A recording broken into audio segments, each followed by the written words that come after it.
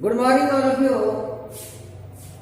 आज हम आपके लिए लेकर आए हैं कक्षा 10 सब्जेक्ट जो एसएसटी है हमारा सोशल स्टडी, उसका ज्योग्राफी पार्ट जो भूगोल पार्ट है भी हमारा चल रहा था। चैप्टर नंबर 7 है राष्ट्रीय अर्थव्यवस्था की जीवन रेखाएं। राष्ट्रीय अर्थव्यवस्था की जीवन रेखाएं भाग नंबर 7। आज का जो हमारा जो प्रकरण है, जो टॉपिक है, वे है वायु परिवहन। आज का जो हमारा टॉपिक है वे है वायु परिवहन। आज हम वायु परिवहन के बारे में अध्ययन करेंगे। हम परिवहन के साधन के बारे में अध्ययन कर रहे थे। हमने परिवहन के 3 प्रमुख साधन के बारे में बताया कि 3 परिवहन के साधन होते हैं: स्थल परिवहन, जल परिवहन जिसको हम पढ़ चुके हैं, और आज पढ़ रहे हैं वायु परिवहन। वायु परिवहन देखिए, वायु परिवहन प्राचीन काल में वायु परिवहन का कोई बोलबाला नहीं था, कोई इतना विकास इसका नहीं था। लेकिन जैसे जैसे समय व्यतीत होता गया और आधुनिक समय आया, वैज्ञानिक का युग आया, नई नई तकनीकी का आविष्कार हुआ, तब वायु परिवहन का विकास हुआ। इससे पहले तो व्यक्ति या तो पैदल चलता था, या जो पुराने जो हमारे परिवहन का साधन था जल मार्ग होते थे, कि जल मार्ग के द्वारा या तो नाव के द्वारा या पानी की जहाज के द्वारा परिवहन किया जाता था। लेकिन वायु परिवहन जब देखते हैं तो वायु परिवहन अगर देखते हैं कि जो आज के जो समय का, आज के जो युग है, उसका परिवहन का एक महत्वपूर्ण साधन बन गया है, जो बहुत ही महत्वपूर्ण है। वायु परिवहन तीव्रतम, आरामदायक और प्रतिष्ठित परिवहन का साधन है। परिवहन जो है कौन सा? वायु परिवहन तीव्रतम, यानी कोई व्यक्ति जल्दी से जल्दी किसी स्थान पर पहुंचना चाहता है, बड़ी फास्ट गति से पहुंचना चाहता है, तीव्रतम, तो सबसे तीव्रतम साधन है वायु परिवहन। उसके बाद आरामदायक भी है। सड़क मार्ग और हमारे अगर देखते हैं जल परिवहन की बजाय, स्थल और जल परिवहन के बजाय वायु परिवहन में कहीं ज्यादा आरामदायक है। और साथ में प्रतिष्ठित परिवहन, जो अपने आप को कहते हैं कि रॉयल पर्सन है, हम कि रॉयल पर्सन है, तो प्रतिष्ठित व्यक्ति जो है उनके लिए परिवहन का एक ये साधन है। अब जब ये ऐसा साधन है कि सबसे तीव्रतम साधन है, तेज गति से चलने वाला है, ये आरामदायक भी है और प्रतिष्ठित व्यक्तियों के लिए भी है, तो क्या ये परिवहन का साधन सस्ता होगा? नहीं। इसलिए ये परिवहन का सबसे महंगा साधन है। परिवहन का जो साधन जो है वायु परिवहन, ये सबसे महंगा है। जैसे आपने पढ़ा कि परिवहन का सबसे जो सस्ता जो साधन है वे कौन सा है? वे जल परिवहन है। कौन सा है? जल परिवहन है। लेकिन सबसे महंगा है वायु परिवहन। अब इस वायु परिवहन का उपयोग कहाँ किया जाता है? वायु परिवहन का क्या उपयोग है?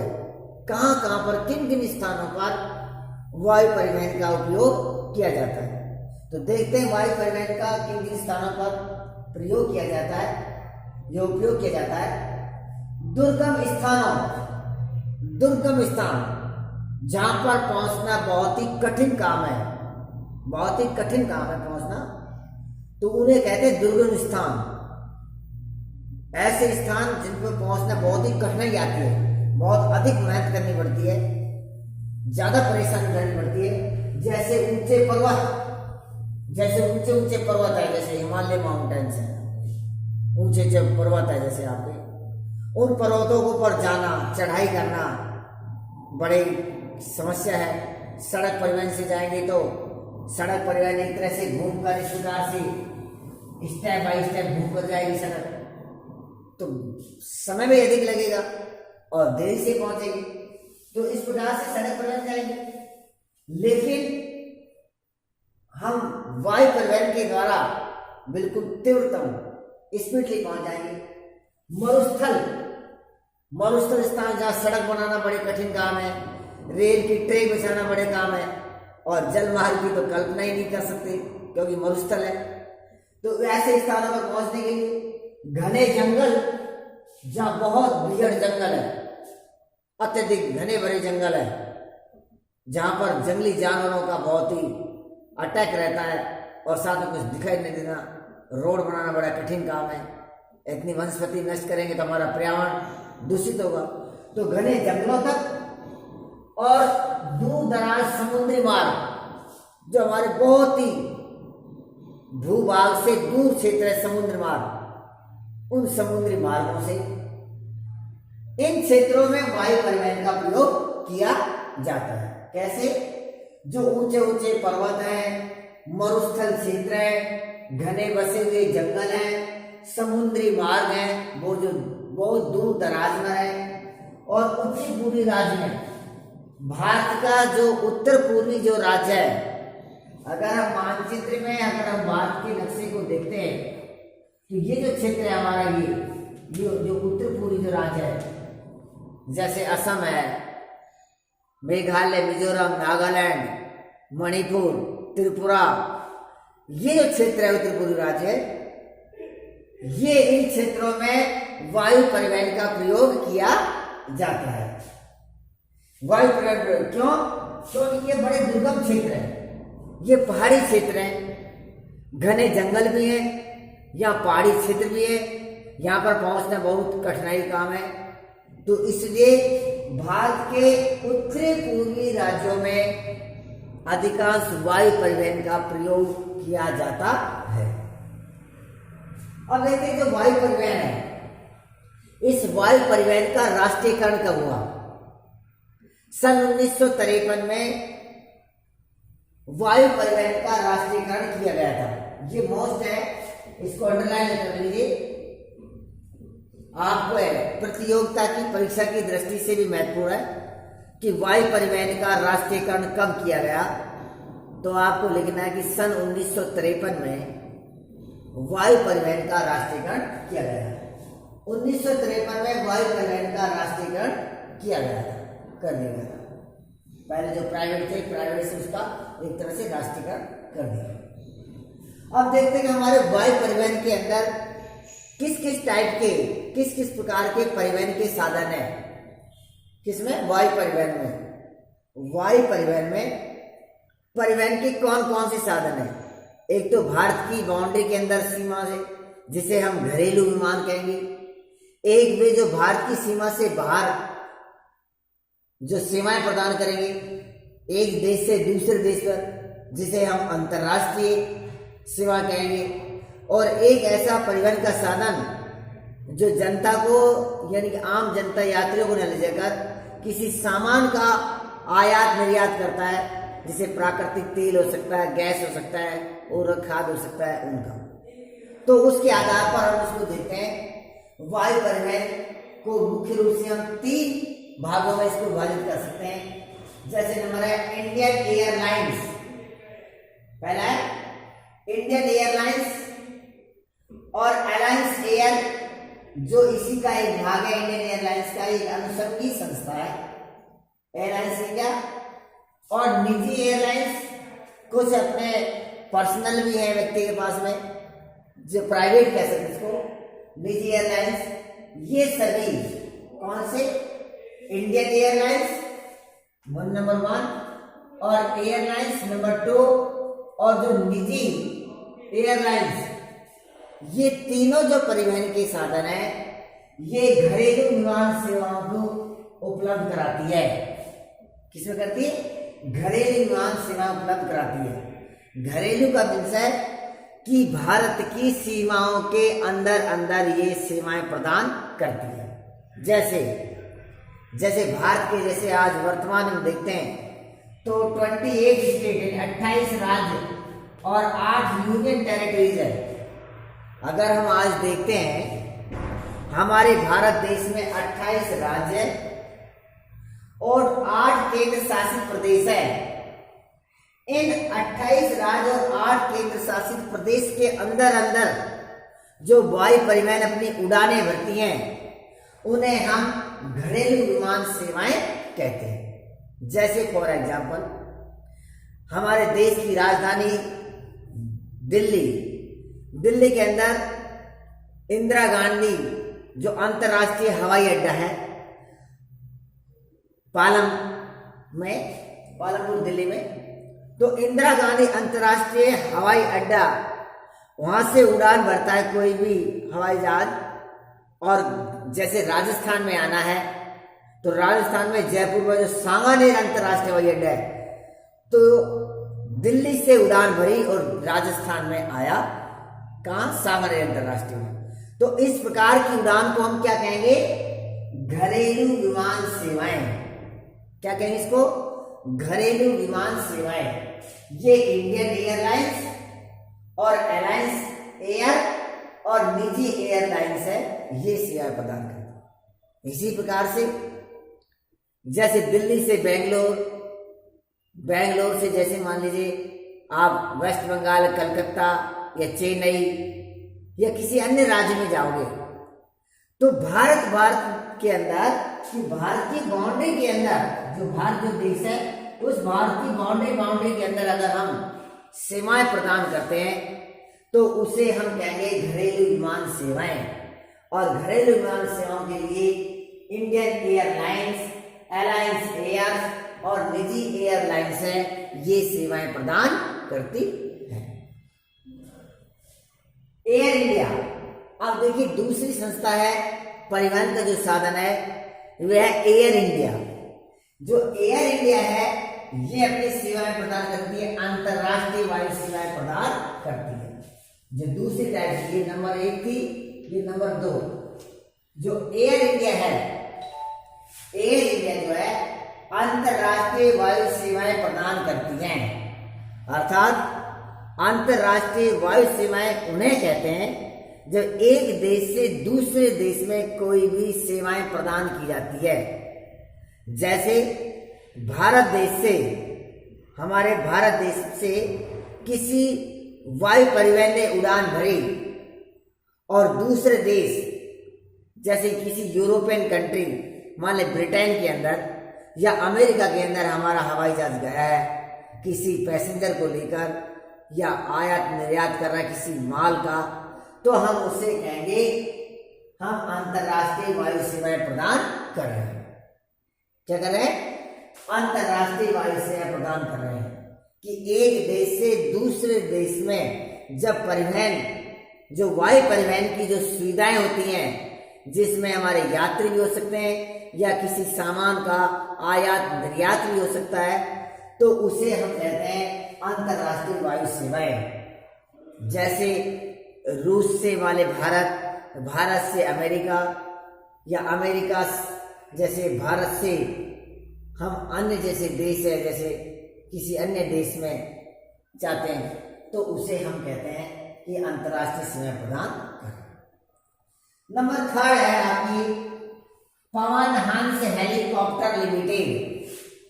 तीसरा जो परिवहन का जो साधन है हमारा वायु परिवहन का, वह है पवन हंस हेलीकॉप्टर लिमिटेड। ये पवन हंस हेलीकॉप्टर जो लिमिटेड है, ये मुख्य रूप से तेल, प्राकृतिक गैस, तेल और जो प्राकृतिक जो गैस है उनका आयात और निर्यात के लिए प्रयोग किया जाता है। तेल और प्राकृतिक गैस के लिए आयात और निर्यात किया जाता है। इसके साथ में और किसके रूप में इसका उपयोग किया जाता है, पवन हंस हेलीकॉप्टर लिमिटेड का, जो हमारे भारत देश के उत्तर पूर्वी राज्य है जिनको हम 7 बहनों का राज्य कहते हैं, जैसे अरुणाचल प्रदेश है आपका, नागालैंड, मिजोरम, मणिपुर है, त्रिपुरा, मेघालय, ये जो राज्य है, लगभग 7 राज्य है जिनको 7 सिस्टर या 7 बहनों का राज्य कहते हैं। इनके लिए भी ये पवन हंस हेलीकॉप्टर काम में लिया जाता है, उपयोग में लिया जाता है। जैसे कोई व्यक्ति फंस गया है जंगल में, घने जंगल में, या किसी डेजर्ट में, या किसी क्षेत्र में, ऐसे ऊंचे पर्वत के ऊपर, या जैसे किसी को बाढ़ग्रस्त क्षेत्र में भोजन के पैकेट पहुंचाने के लिए साथ में पवन हंस हेलीकॉप्टर का ऐसे ही प्रयोग किया जाता है। जैसे कोई प्राकृतिक आपदा आ गई, बाढ़ आ गई, अकाल आ गया, बहुत अत्यधिक रेनफॉल हो गई, वर्षा हो गई, तो उसके लिए वीडियोग्राफिंग करने के लिए, कि भूमि की सिचुएशन देखने के लिए कि कहाँ कहाँ पर बाढ़ आए, कितने लोग बाढ़ में फंसे हुए हैं, उनको कैसे बचाया जाएगा, उनको कैसे भोजन दिया जाए, उनको सुरक्षित स्थान पर कैसे पहुंचा जाए, किन क्षेत्रों में माने जैसे सुनामी आ गई समुद्र तट के ऊपर, तो सुनामी वाले क्षेत्र में पवन हंस हेलीकॉप्टर उतारा जाए और हेलीकॉप्टर को उतार कर उनको बैठाया जाए। यानी कहने मतलब उसको सुरक्षित स्थान तक किस प्रकार से पहुंचा जाए, उसमें पवन हंस हेलीकॉप्टर लिमिटेड का प्रयोग किया जाता है। तो ये थे हमारे 3 वायु परिवहन के प्रमुख साधन, इंडियन एयरलाइंस, अलायंस एयर और निजी एयरलाइंस है जो घरेलू विमान सेवाएं उपलब्ध कराती है, और नंबर 2 थी एयर इंडिया जो अंतर्राष्ट्रीय वायु सेवाएं प्रदान करती है, और जो नंबर 3 थी हमारी पवन हंस हेलीकॉप्टर लिमिटेड जो तेल व प्राकृतिक गैस के साथ साथ, यानी तेल और जो प्राकृतिक जो गैस है, जो लिक्विड पदार्थ है, उनका आयात निर्यात के साथ साथ में हमारे भारत के जो उत्तर पूर्वी जो राज्य हैं, जिनको हम कहते हैं 7 सिस्टर्स या 7 बहनों के राज्य कहते हैं, उनके के लिए भी इन क्षेत्रों में किया जाता है। क्यों? क्योंकि ये बड़े दुर्गम क्षेत्र हैं, क्योंकि हमारे भारत की जो भौगोलिक जो स्थिति है ना, वे सभी जगह समान नहीं है। तो उत्तर पूर्वी जो राज्य है, इनके लिए भी इनका प्रयोग किया जाता है। साथ में कहीं प्राकृतिक आपदा आ जाती है, जैसे कहीं बाढ़ आ गया, भूकंप आ गया, हाँ कहीं समुद्री तूफान आ गया, है ना, तो उस क्षेत्रों में भी व्यक्ति को सुरक्षित पहुंचाना, उनको पानी की व्यवस्था करना, भोजन की व्यवस्था करना और उसको मेडिसिन की व्यवस्था करने के लिए भी इन हेलीकॉप्टर्स का प्रयोग किया जाता है। अब जो इंडियन एयरलाइंस थी, जिसे हम कहते हैं घरेलू विमान सेवाएं, जो ये इंडियन एयरलाइंस थी जिसे हम घरेलू विमान सेवा कहते हैं, ये घरेलू विमान सेवा तो है, अर्थात भारत देश की जो बाउंड्री है, भारत देश की जो बाउंड्री है उसके अंदर तो ये अपनी सेवाएं प्रदान करती हैं। उसके साथ साथ जो हमारे पड़ोसी देश है, उन पड़ोसी देशों के साथ भी ये सेवाएं प्रदान करती हैं इंडियन एयरलाइंस। जैसे हमारे पड़ोसी देशों के साथ भी ये सेवाएं प्रदान करती हैं। जैसे हमारा भारत देश एशिया महाद्वीप के अंदर है, तो एशिया महाद्वीप से जो लगे हुए जो देश हैं, जैसे हम मुख्य कह सकते हैं दक्षिणी एशिया और दक्षिणी पूर्व एशिया और मध्य एशियाई जो देश है, यानी ये जो देश है, दक्षिणी एशियाई देश और दक्षिणी पूर्वी एशियाई देश और मध्य एशियाई जो देश है, इन देशों के साथ में जो वायु परिवहन की जो सेवाएं प्रदान करता है, वे हमारा इंडियन एयरलाइंस है। तो देखिए इंडियन एयरलाइंस का दोहरा उद्देश्य है। क्या?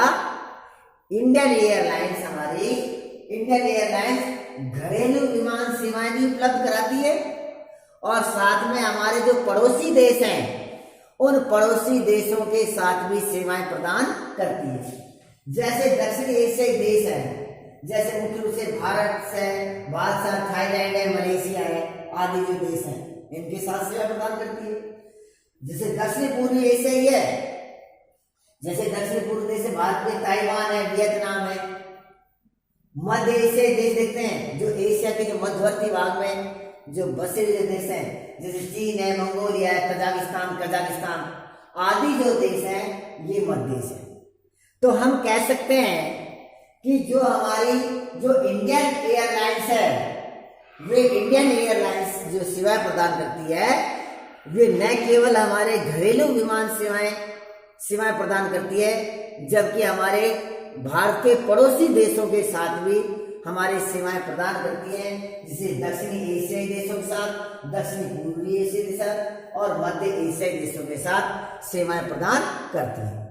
तो ये था आज हमारा आज का जो टॉपिक था, वायु परिवहन की राष्ट्रीय अर्थव्यवस्था की जीवन रेखाओं को किस प्रकार से एक आधुनिक परिवहन का जो साधन है वायु परिवहन कैसे एक इंसान की जिंदगी को कैसे आरामदायक बनाया है, तीव्रतम का साधन है और प्रतिष्ठित व्यक्तियों का है। साथ में एक देश का दूसरे देश से आयात निर्यात भी किया जाता है और साथ में अपने देश की स्थिति को मजबूत किया जाता है। तो आज का हमारा टॉपिक ये था वायु परिवहन। आपको ये वीडियो कैसी लगी? अगर आपको ये अच्छी लगे आप इसको लाइक करना, शेयर करना और अगर आपको कुछ समझ में नहीं आया, कुछ प्रॉब्लम हो तो आप मैसेज करना, आपकी हर समस्या का समाधान किया जाएगा। और आप सतीश एनडी गंगा स्कूल सतीश कुमार के चैनल को सब्सक्राइब करना, बेल आइकन को प्रेस करना। Okay, thank you.